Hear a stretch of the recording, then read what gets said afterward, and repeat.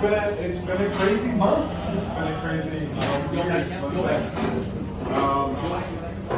The whole reason and what I was explaining up here is I just wanted to get people together to talk. The whole idea behind the Tapside chat is, well, there's things that go on in official capacities and expos that you don't get the time to dwell on. As someone that's been here for 8 years and trying to brew and figure out how to improve brewing, and you made some mistakes.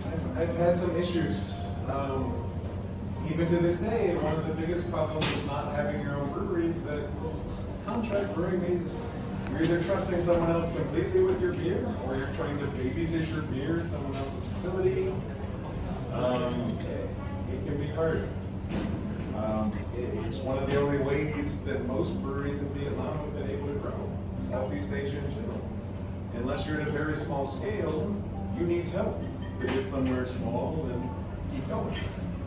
The whole idea behind our Tapside chat and why I wanted these people to come out is because of trying to break down the barrier of ego. So it's like, as people that have been required to produce art on demand, it can be very stressful as a brewer if what you're doing isn't respected, or if what you're producing or offering to people is not what you want it to be. Once you lose control over your process, it can mess with you as a human being. But as someone that's in charge of a factory that's not allowed to have vulnerabilities, that is not allowed to have weakness,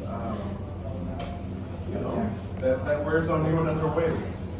So the whole idea behind practical quality is we all make mistakes. You should be able and free to ask questions.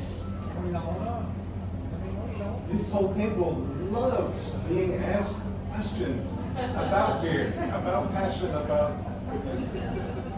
especially input. But the whole idea is, right, they have all made mistakes. I've made a mistake. You've made, everyone here is human, right? That's what we need to acknowledge and accept with one another. We can do quality in different ways, different price levels, but making it practical means that we need to communicate with each other. If we're going to hold each other accountable for what we're producing, instead of talking about it to someone else, like, yes, what is wrong? How do you make this better? Where does this flavor come from?